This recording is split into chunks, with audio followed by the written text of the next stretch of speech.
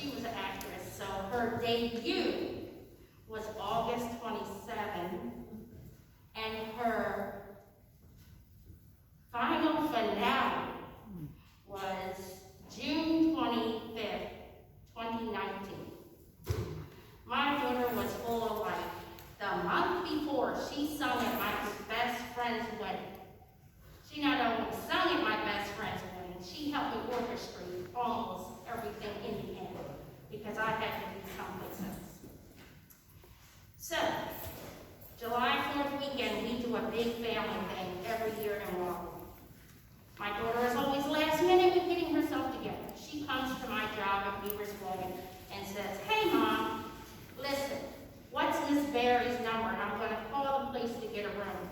I said, "Erica, you're last minute. I don't even know if Miss Barry." So I do the wrong thing. I get my cell phone out. I send her the information.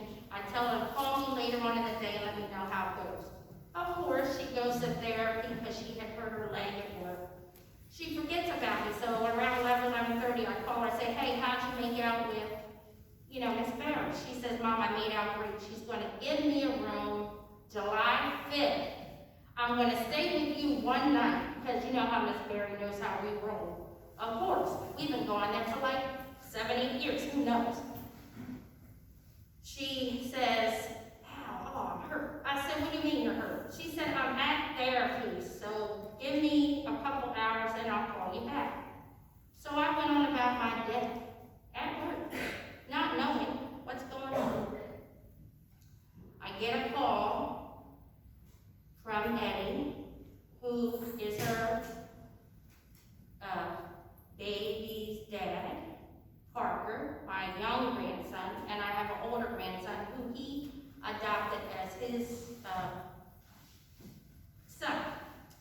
So I get a call from him to say, "Mom, can you please go pick up the baby at daycare?" I say, "Wow, what's going on?" "Erica's at the hospital." I have no idea. Erica's at the hospital, but this is normal because my daughter also has Crohn's disease. So it's nothing for anybody to tell me she's at the hospital because this happens often. She gets a Crohn's episode, she can't stand up, she can't digest the food, she can't do anything. She needs to go to the hospital because they need to treat her.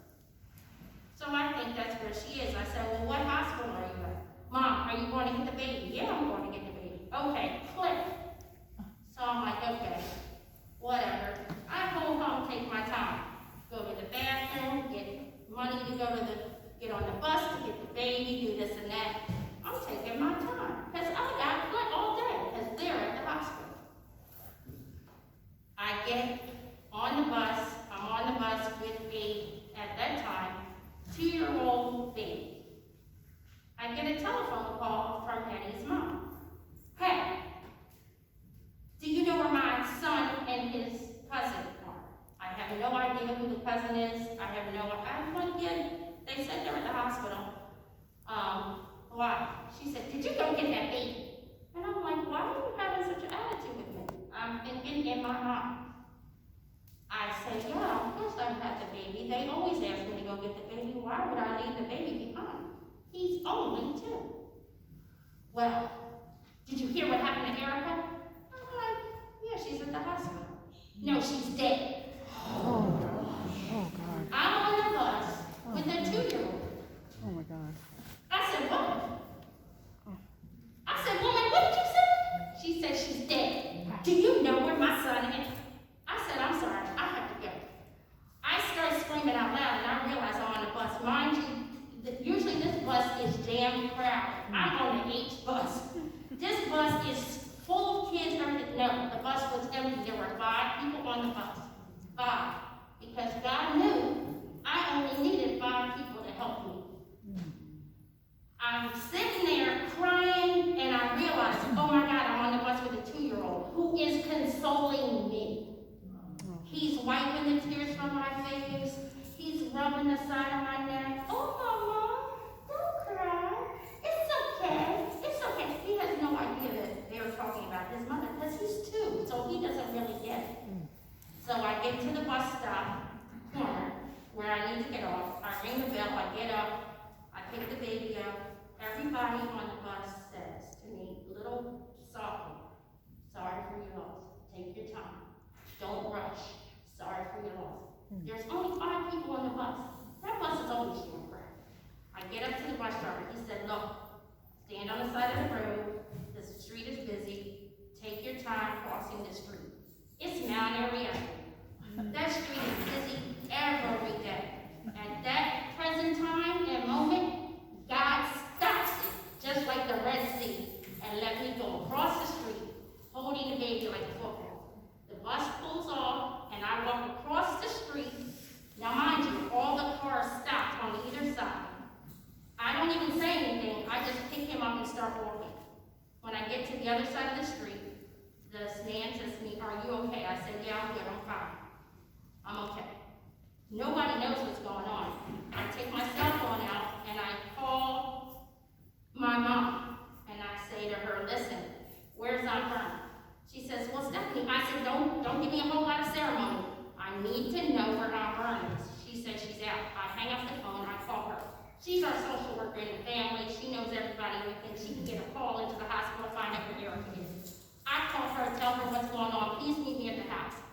I'm running down the street. The street, all of a sudden, got 2 football fields long. And I'm holding a 2. I look up, I see my one neighbor. She says, Stephanie, slow down. The baby can't keep up. Oh, yeah, that's right. I stop, I pick him up, and I start running. God knows how to work things. My neighbor next door was coming towards me as I'm coming up the back of our house. I look at her, she sees something's wrong with me because my eyes must look like terrified, like a deer in headlights. I must look terrified. Parker, I let go of Parker and put him down because we're in a safe space. And I said to her, I need help. I really need help. Somebody just told me my Erica died, and I don't think that's true. Because the cops would have came to your house. That's a lie. The cops don't come to your house. Don't think CSI and CIS will come right them all. That's a lie. Cops don't come to your house. Nobody comes to your house. Nobody tells you unless they really need you.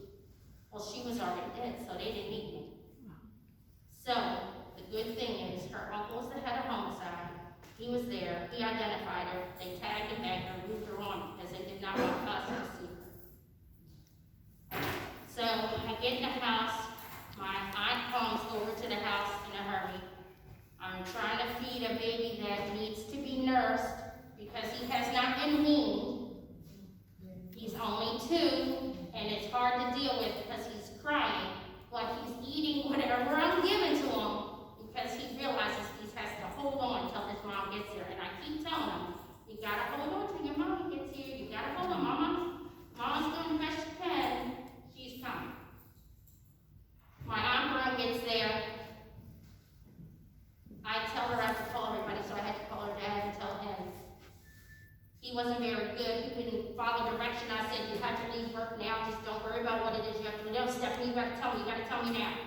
So I tell him his daughter has passed, and you need to come home ASAP. And I don't know what's actually going on because the police were not here. So, of course, he does all his calling. He calls everybody and finds out what's going on. In the meantime, it comes over the news that a 27-year-old girl, because we saw it, a 27-year-old girl was shot and killed today. So I called her sister and told her to hurry up. I don't want her to see all this on the TV. She's at Best Buy, and there's nothing but TVs there. So I tell her to come home quick. You have to come home now. I can't explain it to you. It's a dire emergency. I need you now. So she gets home. I tell her what's going on. She gets on her phone and she watches it on her phone. That's Erica's car, Mom. That's Eddie's, whoever's house, but that's Erica's car. I said, somebody has to go get that car because we do not want it to get put into luck. So we find out that later on, Eddie is the one who shot her by accident, playing with a gun. So, just like she said, you parents in here, grandparents, aunts, uncles, whoever you are, turn them kids' beds over. Go through their stuff. They don't got no privacy. You know why they don't got no privacy? Because they ain't paying the goddamn bill. They living in your house and not paying the bill and you letting them run over top of you. Don't do it.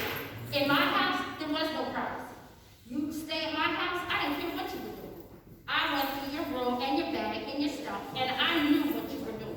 I found out about your friends call my house. Hey, hi, who is this? I put your number in my phone and I keep a hold of it. Why? Because I'm going to need y'all someday. I'm going to need to find out where my daughter is. I'm going to call every kid I got on my thing, text them, call them, because I know how to use a phone, and I'm going to find them. So, my daughter ends up dying, and it was the most worst thing that has ever happened to me in my whole entire life. And just like this mother said, it's hard. Just like this mother said, it's hard. Not only that, I have to raise 2 boys now. 2 boys. One that's 2 at that time, and one that might have been 8. 8. The 8-year-old was very aware. He's like my old man soul. I used to tell everybody he's my 55-year-old boyfriend. That boy is smart, very smart and intelligent. But thank God he was raised in the church, because he knows he can call the Lord at any time. He knows who to fall on to. I know who to fall on to. Some of you kids think it's funny, ha ha ha, your parents make you go to church. Who cares? Go to church. Find your own church. Find your own way.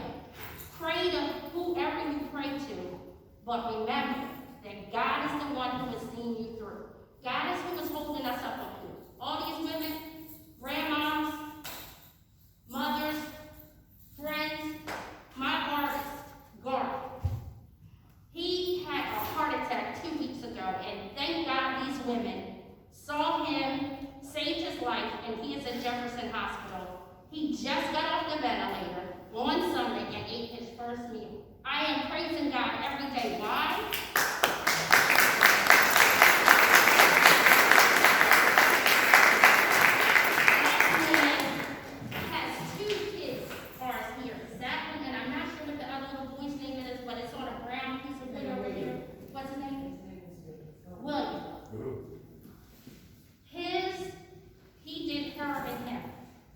When he opened up that painting, all I saw her say was, "Hello, how you doing?"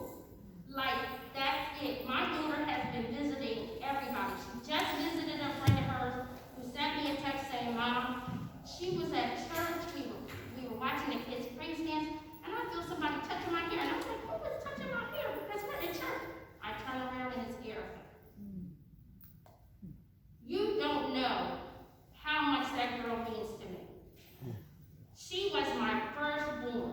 She gave me the most trouble. In birth, giving birth to her, because I gave birth 2 months early, and all the way up to the day she died.